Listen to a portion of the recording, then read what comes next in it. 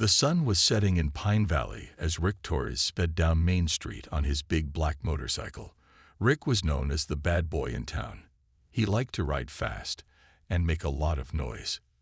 People would shake their heads when they saw him coming. Rick did not care what others thought. He lived by his own rules. That day, Rick was showing off for his friends. He popped wheelies and revved his engine loudly. Kids playing nearby stopped to watch him zoom past.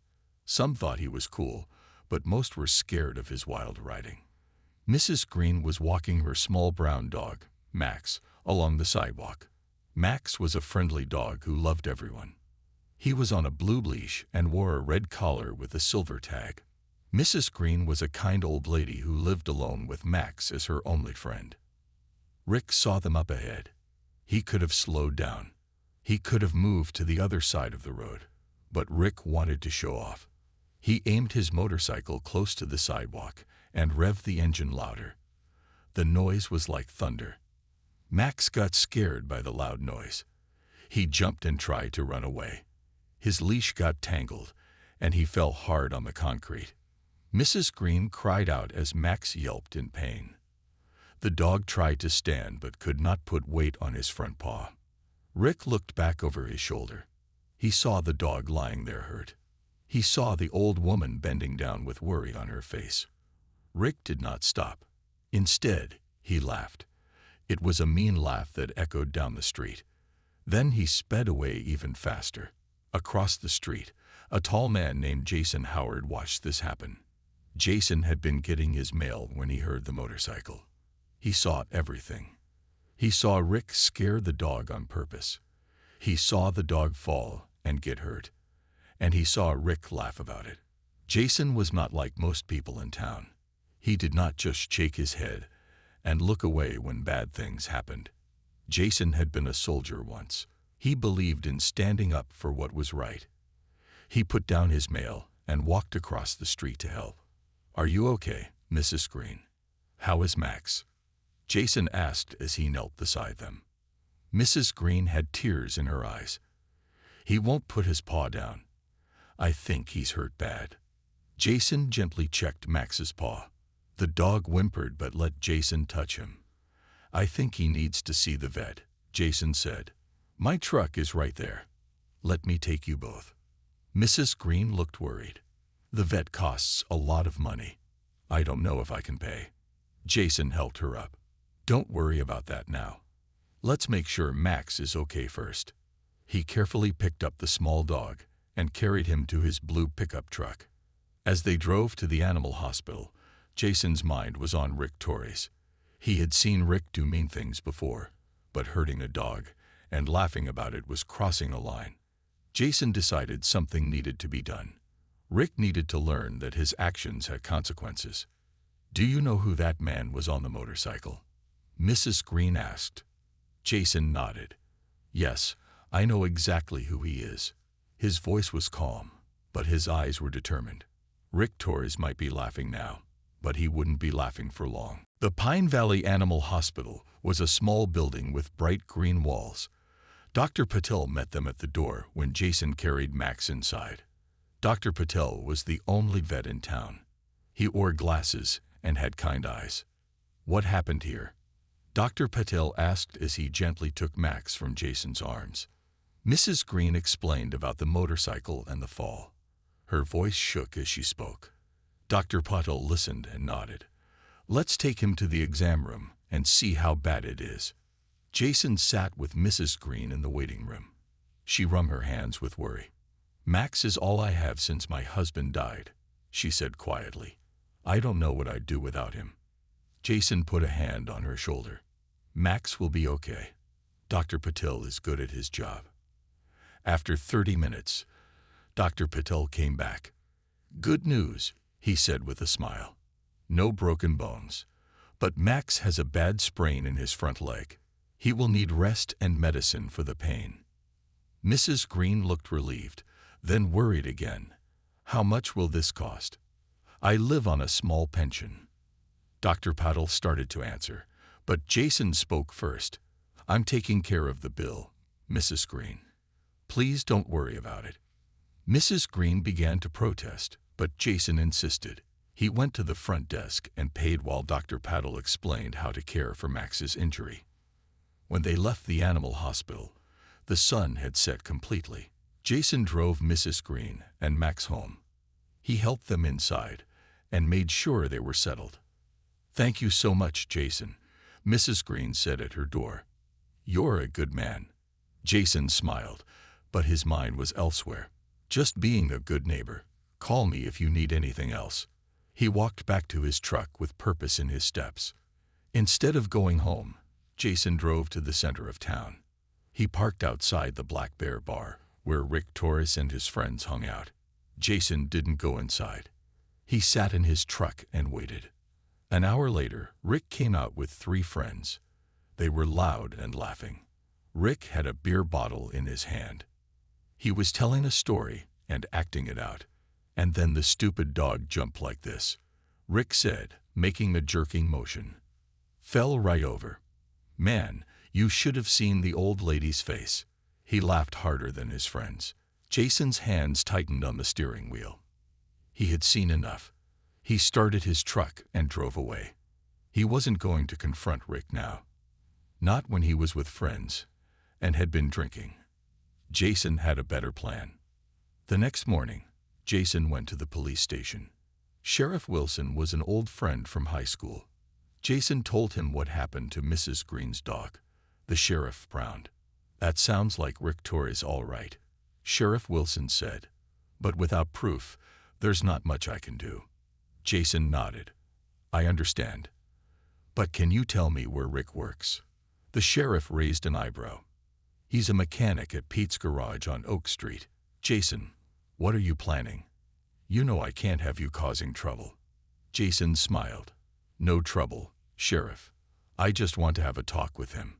The sheriff didn't look convinced, but he knew Jason was not the kind of man who did foolish things. "All right, but keep it civil, you hear?" Jason promised he would. As he left the police station, he had a determined look on his face. Rick Torres was about to learn that in this town, you couldn't hurt the innocent and just laugh it off. Pete's garage was busy with cars waiting to be fixed. The sound of tools and engines filled the air. Jason parked across the street and watched for a while. He saw Rick working on a red car, laughing with the other mechanics. Jason was not in a hurry. He watched Rick work for almost an hour. He wanted to understand what kind of man would hurt a dog and laugh about it. Rick seemed normal enough, joking with his coworkers, focused on his job. But Jason had seen his true nature yesterday. At noon, the mechanics took a break for lunch. Rick walked alone to the sandwich shop down the street. Jason followed at a distance. When Rick sat at an outside table with his food, Jason approached. "Mind if I join you?" Jason asked, standing by the empty chair. Rick looked up, confused. He didn't recognize Jason. "Do I know you?" Jason sat down without waiting for an invitation. "No, but I know you. I saw what you did yesterday to Mrs. Green's dog." Rick's face changed. First surprise, then anger. "I don't know what you're talking about." "Yes, you do," Jason said calmly. "You rode your motorcycle too close to the sidewalk. You scared her dog on purpose. The dog fell and got hurt. And you laughed about it." Rick tried to look innocent. "That wasn't me. You got the wrong guy." Jason leaned forward. "Don't lie. I saw you clearly. I was right across the street, and I heard you at the Black Bear last night, bragging about it to your friends." Rick's fake innocent look disappeared. Now he looked defensive and angry. "So what? It was just a stupid dog. What are you going to do about it?" "I'm Jason Howard," Jason said, still calm. "I took Mrs. Green and Max to the vet. The bill was $200. I think you should pay it." Rick laughed. "Yeah, right. I'm not paying anything. It's not my fault the old lady can't control her mutt." Jason didn't get angry. He just looked at Rick with steady eyes. "Max has a sprained leg.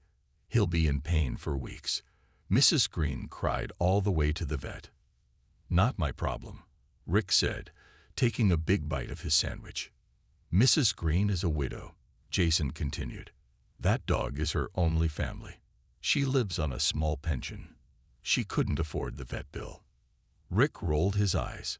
Sad story. Still not my problem.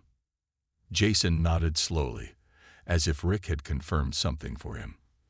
I thought you might say that. I wanted to give you a chance to do the right thing on your own.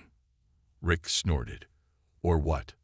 Or I'll have to help you understand why it is your problem, Jason said. His voice was still calm, but there was steel behind his words. Rick put down his sandwich. Is that a threat? Jason shook his head. Just a fact. See, this is a small town. People look out for each other here. When someone hurts one of us, especially someone helpless like Mrs. Green or her dog, there are consequences. Rick's face got red. You don't scare me. Now get lost before I show you some consequences. Jason stood up. I'm not trying to scare you, Rick. I'm trying to give you a chance to fix your mistake. Think about it. $200 to make this go away. As Jason walked away, Rick called after him. You're wasting your time. I'm not paying anything. Jason didn't look back. He had expected this response. Rick was not the kind of man who would easily admit he was wrong. But Jason had meant what he said about consequences, and he was just getting started. When Jason got home, he made some phone calls. First to Sheriff Wilson, then to Mayor Parker, then to Pete, the owner of the garage where Rick worked. Jason knew them all well. He had lived in Pine Valley his whole life except for his time in the military. People respected him. They listened when he talked. By the end of the day, Jason had set his plan in motion. Rick Torres was about to learn an important lesson. The next morning, Rick drove his motorcycle to work as usual. But things felt different right away. When he stopped for coffee at the diner, the waitress who always smiled at him barely looked at him. When he said good morning to Mr. Lee at the gas station, Mr. Lee turned away. At Pete's garage, the other mechanics were quiet when Rick walked in. They didn't joke with him like they usually did. Rick felt confused, but he didn't ask why. He went to work on a blue truck that needed a new muffler. At 10 o'clock, Pete called Rick into his office. Pete was a big man with a gray beard. He owned the garage for 20 years. Usually he was friendly, but today his face was serious. Sit down, Rick, Pete said, pointing to a chair. Rick sat, feeling strange. What's up, boss? Pete looked at him hard. I got a call from Jason Howard yesterday. He told me what you did to Mrs. Green's dog. Rick felt his face get hot. That guy doesn't know what he's talking about. Pete shook his head. Jason doesn't lie. And Mrs. Green is my wife's aunt. She called us crying about Max. Rick didn't know what to say. He hadn't thought about who Mrs. Green might be related to. That's not all, Pete continued. Sheriff Wilson called me this morning. Someone sent him a video. Pete turned his computer monitor so Rick could see it. On the screen was a video of the road where Rick had scared Max. It showed everything clearly. Rick driving too close to the sidewalk, Max falling, Rick looking back and laughing. The video came from the security camera at the bank across the street. Rick's mouth fell open. He hadn't known about any camera. I've known you for 3 years, Rick, Pete said. You're a good mechanic, but I can't have someone who acts like this working for me. This is a small town. We have to live together. Rick felt panic rising. Are you firing me? Pete sighed. No, not if you make this right. But I am suspending you for 2 weeks without pay. And when you come back, you'll be on probation. 2 weeks without pay. Rick couldn't believe it. I can't afford that. I have rent and bills. You should have thought about that before you hurt an old lady's dog for fun, Pete said firmly. And there's more. Sheriff Wilson is writing you a ticket for reckless driving. With the video evidence, it's going to be a big fine. Rick stood up, angry now. This is ridiculous. All this for a dog. Pete stood too, taller than Rick. No, son. All this for showing who you really are. Now clean out your locker and go home. I'll see you in 2 weeks if you decide to make things right." Rick stormed out of the office. The other mechanics watched him, but said nothing. Rick went to his locker and grabbed his things. His mind was racing. 2 weeks without pay. A big fine. All because of that man, Jason. As Rick walked to his motorcycle in the parking lot, he saw Jason standing there waiting. Rick felt a flash of anger. "You!" Rick shouted. "This is your fault. You cost me 2 weeks' pay." Jason didn't move. "No, Rick. This is your fault. You made a choice to hurt that dog. Now you're facing the consequences." Rick threw his bag down. "It was just a stupid dog. Why is everyone acting like I killed someone?" Jason's voice stayed calm. "Because how we treat the helpless shows who we really are. You laughed at suffering you caused. That says a lot about you." Rick wanted to punch Jason, but something in the man's steady gaze stopped him. "What do you want from me?" Rick asked, his voice lower. $200 for Mrs. Green's vet bill," Jason said, "and a sincere apology to her and Max." Rick laughed bitterly. "I'm going to lose 2 weeks' pay and get a big fine. I don't have money for vet bills." Jason nodded. "I thought you might say that. That's why I talked to Judge Harmon. She's a dog lover, by the way. She suggested community service might be a good alternative." Rick stared at Jason. "Community service? What are you talking about?" "Judge Harmon agreed to reduce your fine if you do community service," Jason explained. "Specifically at the animal shelter. They need help cleaning cages and walking dogs." Rick couldn't believe what he was hearing. "You want me to clean up after dogs? For how long?" 20 hours, Jason said. 2 hours a day for 10 days.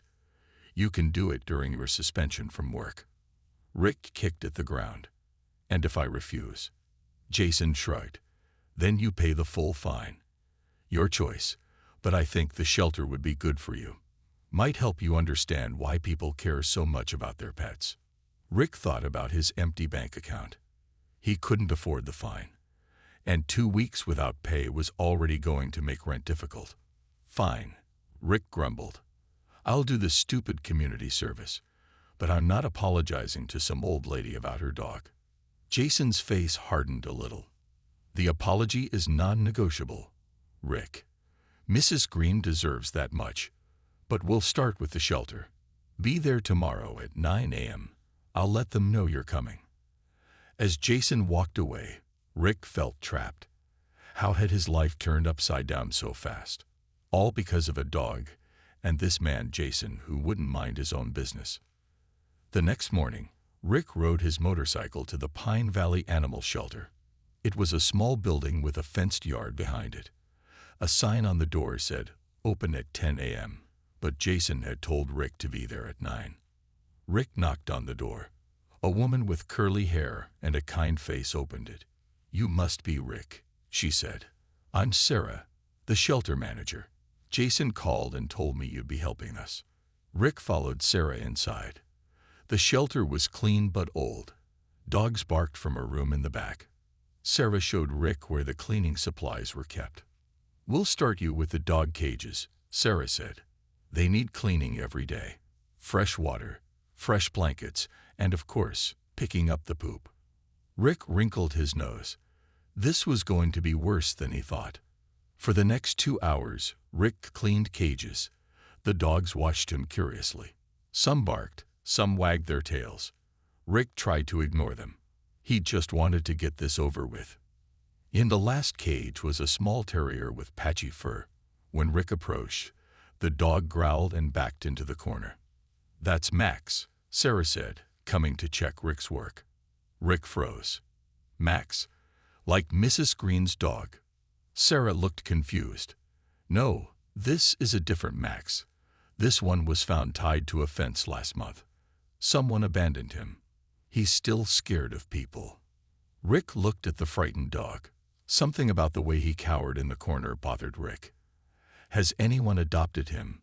Rick asked, surprising himself with the question. Sarah shook her head. Not yet. People usually want puppies or friendly dogs. Max needs someone patient. When Rick left the shelter that day, he felt strange. He was tired and smelled like dog, but something else bothered him. The image of that scared terrier stayed in his mind. The next day at the shelter, Rick asked to clean Max's cage again.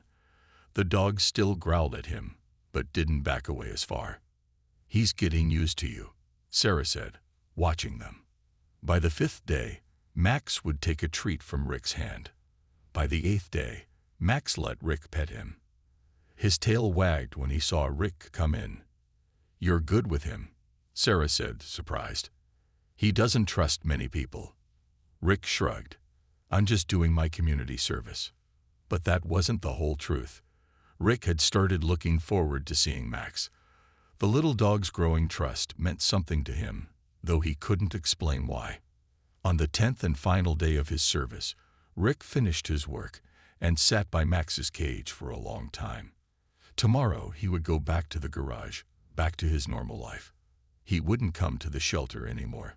The thought made him feel empty. Sarah found him there. "You know," she said casually, "Max needs a home. The right person could adopt him." Rick looked up, a new idea forming in his mind. It was crazy. He had never wanted a dog. But as Max pressed against the cage door to be closer to him, Rick made a decision that would change everything. 2 days later, Rick returned to work at Pete's garage. The other mechanics were surprised by the change in him. He was quieter, more focused. He didn't joke about wild rides on his motorcycle anymore. During lunch break, Pete called Rick into his office again.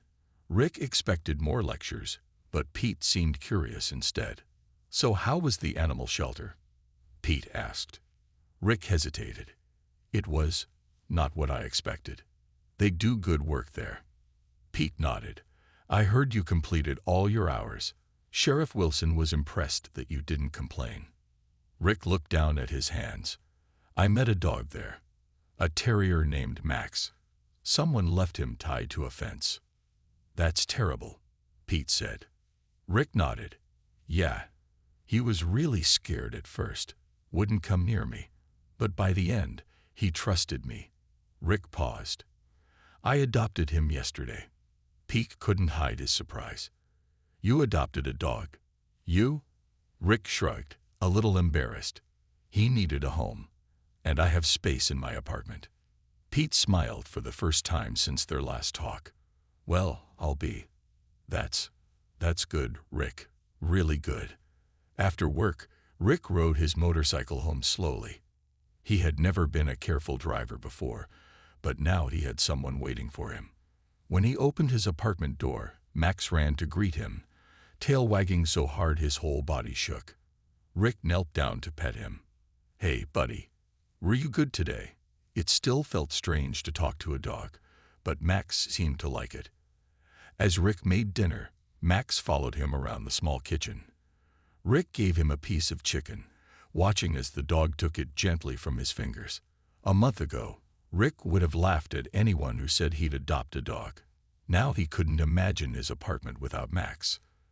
That night, Rick lay in bed with Max curled up beside him. He thought about Mrs. Green and her dog.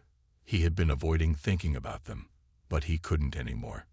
Now that he had Max, he understood what it felt like to care about an animal. The thought of someone hurting Max made Rick's stomach tighten with anger. And that's what he had done to Mrs. Green's dog. For fun, for a laugh. Shame washed over Rick. Not just for hurting the dog, but for laughing about it. For bragging to his friends. What kind of person did that make him? Rick didn't sleep well that night. In the morning, he made a decision. He would do what Jason had asked from the beginning. He would apologize to Mrs. Green. After work the next day, Rick put on clean clothes. He took some money from his savings, money he had been keeping for a new leather jacket, and put it in an envelope. Then he looked at Max, who was watching him from the couch. "Want to go for a ride?" Rick asked. Max tilted his head. Rick had bought a special carrier that attached to his motorcycle. He had practiced with Max in it, going slowly around the block. Max seemed to enjoy the wind in his face. Rick put Max in the carrier and secured it carefully. Then he rode across town to Mrs. Green's house. His heart beat fast as he parked outside. What would she say? Would she slam the door in his face? Max seemed curious about this new place. Rick took him out of the carrier but kept him on a leash. Together they walked to Mrs. Green's front door. Rick took a deep breath and knocked. The door opened, and Mrs. Green stood there. Her eyes widened when she saw Rick. She recognized him immediately. "Mrs. Green," Rick said, his mouth dry.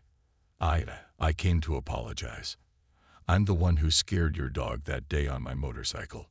It was a terrible thing to do. I'm very sorry."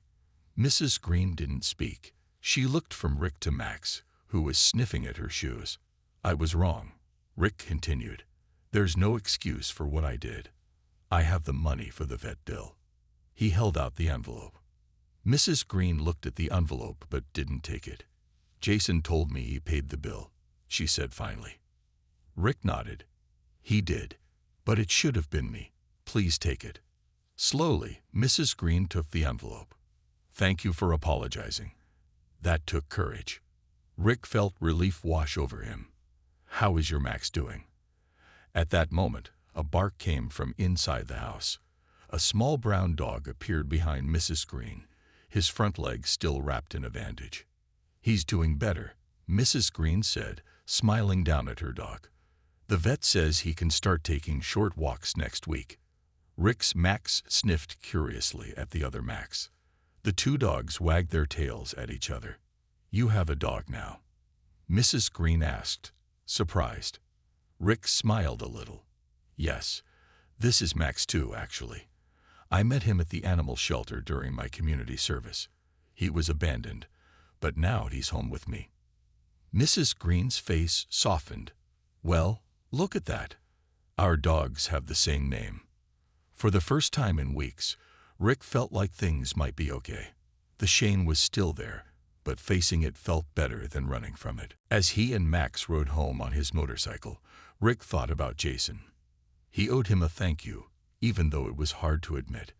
Jason had forced Rick to face the consequences of his actions, and somehow those consequences had led Rick to Max and to a better version of himself. A week passed, and Rick settled into a new routine. He went to work, came home to Max, and took him for walks in the park. He rode his motorcycle less often now and more carefully when he did. On Saturday morning, Rick took Max to the pet store to buy dog food. As he turned down the treat aisle, he saw Jason looking at leashes. Rick almost turned around, but then he took a deep breath and walked forward instead. "Jason," Rick said. Jason looked up. Surprise flashed across his face when he saw Rick with Max. "Hello, Rick," he said. His eyes went to the terrier at Rick's side. "Is this your dog?" Rick nodded. "This is Max. I adopted him from the shelter." Jason knelt down and let Max sniff his hand. "He seems like a good dog." "He is," Rick said. Then he cleared his throat. "Look, I wanted to say, I went to see Mrs. Green. I apologized and paid her back for the vet bill." Jason stood up. "I know. She called me." "Of course she did. Everyone in this town seemed connected somehow." "I also wanted to thank you," Rick said, the words feeling strange in his mouth. "You were right about the consequences. I needed that wake-up call." Jason studied Rick's face for a moment. "Most people just get angry when faced with consequences. They don't change. You did. That says something good about you, Rick." Rick hadn't expected that. "I was angry at first. Really angry." Jason smiled slightly. "I know. But anger fades. What matters is what comes after." They stood awkwardly for a moment. Then Jason asked, "How are things at the garage?" "Better," Rick said. "Pete seems to trust me again. And I'm saving up to add a sidecar to my motorcycle." "For Max." Jason raised his eyebrows. "A sidecar? That's quite a change from popping wheelies." Rick shrugged. "Like you said, what matters is what comes after." As they parted ways, Rick felt lighter. The conversation with Jason had been easier than he expected, maybe because Rick was no longer the same person he had been when they first met. Over the next few months, Rick worked hard and saved his money. He found a mechanic who specialized in sidecars and commissioned one for his motorcycle. It was expensive, but worth it to have Max ride safely beside him.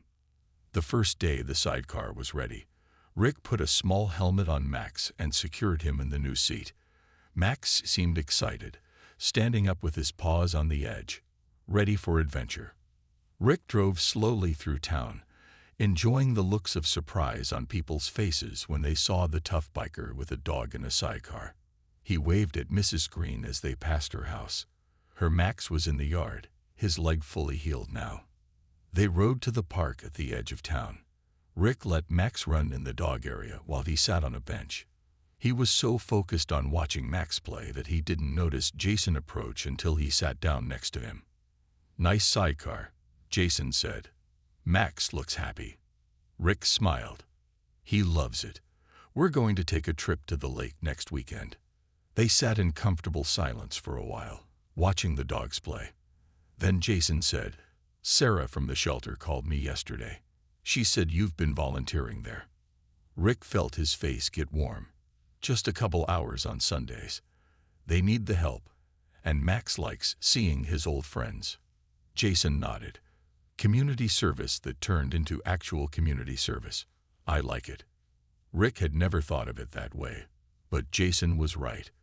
What had started as a punishment had become something Rick looked forward to each week. "The shelter is having a fundraiser next month," Rick said. "They need to fix the roof before winter. I was thinking of organizing a motorcycle ride to raise money. Do you ride?" Jason shook his head. "Never learned how. But I'd be happy to help with the fundraiser in other ways." And just like that, two men who had once been adversaries began planning an event together. As they talked, Rick realized how much his life had changed because one person had cared enough to hold him accountable. Before meeting Jason, Rick had lived selfishly. He had never thought about how his actions affected others. Now he thought about it all the time, not just because he was afraid of consequences, but because he had come to care. As Max ran back to them, tired and happy from playing, Rick felt grateful. Grateful for second chances, grateful for Jason's tough love, and grateful for a small dog who had shown him how to be a better man. The day of the shelter fundraiser arrived with perfect weather. Blue sky, warm sun, and a light breeze. Rick had worked for weeks to organize the motorcycle ride. 20 bikers from Pine Valley and nearby towns had signed up, each paying $50 to participate. Many more people had donated money even though they didn't ride. Rick stood in the shelter parking lot, directing riders where to park. Max sat proudly in his sidecar, wearing a special vest that said "Shelter Mascot" that Sarah had made for him. At 10 o'clock, Jason arrived with Mrs. Green. They had volunteered to help at the shelter while the riders were gone. Mrs. Green's Max came too, excited to see all the people and dogs. "Looks like a good turnout," Jason said, looking at all the motorcycles. Rick nodded, feeling proud. "We've already raised over $2,000. That should cover the new roof and maybe some extra supplies too." Mrs. Green smiled at Rick. "Who would have thought the man who scared my dog would end up saving the shelter?" Rick felt his face get warm. "I'm just trying to make things right." "You've done more than that," Mrs. Green said. "You've made things better." When it was time to start the ride, Rick addressed the group of bikers. He had never been good at public speaking, but he wanted to explain why this mattered. "Thanks for coming today," Rick said, his voice only shaking a little. "A few months ago, I didn't care about this shelter. I didn't care about much beyond myself. But then I met Max here." He paused to pat his dog's head. "And he changed me. This shelter saves dogs like him every day. They deserve our support." The riders applauded. One of them called out, "Never thought I'd see Rick Torres go soft over a dog." Everyone laughed, including Rick. "Yeah, well, life is full of surprises." He looked at Jason, who was watching with an approving smile. Sometimes the best things happen when we least expect them. The ride lasted 3 hours, looping through the countryside around Pine Valley. Rick led the way, keeping a moderate pace. Max seemed to enjoy every minute, his ears flapping in the wind. When they returned to the shelter, a small crowd had gathered. Sarah had organized a barbecue, and the smell of grilled food filled the air. People were playing with the shelter dogs in the yard. Some were filling out adoption forms. Rick parked his motorcycle and helped Max out of the sidecar.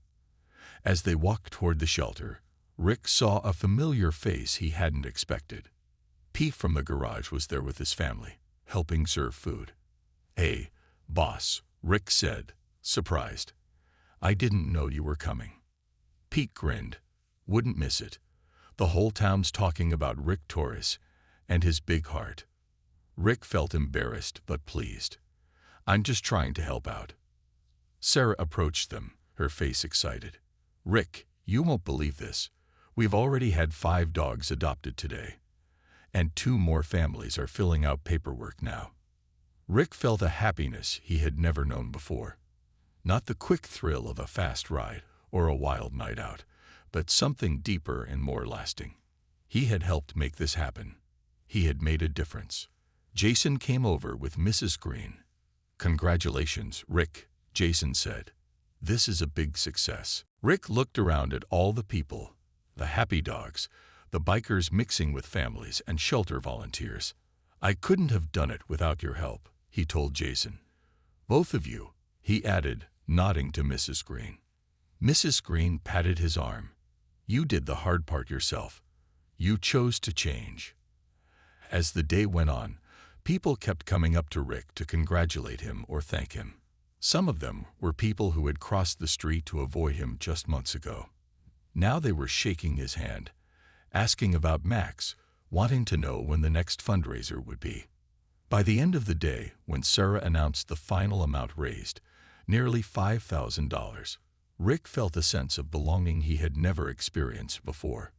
He was part of this community now, not just someone passing through it causing trouble. As people started to head home, Jason found Rick sitting quietly with Max. "Penny for your thoughts?" Jason asked, sitting beside him. Rick looked up. "I was just thinking about that day when I scared Mrs. Green's dog. How different things would be if you hadn't stepped in." Jason shrugged. "You might have figured it out on your own eventually."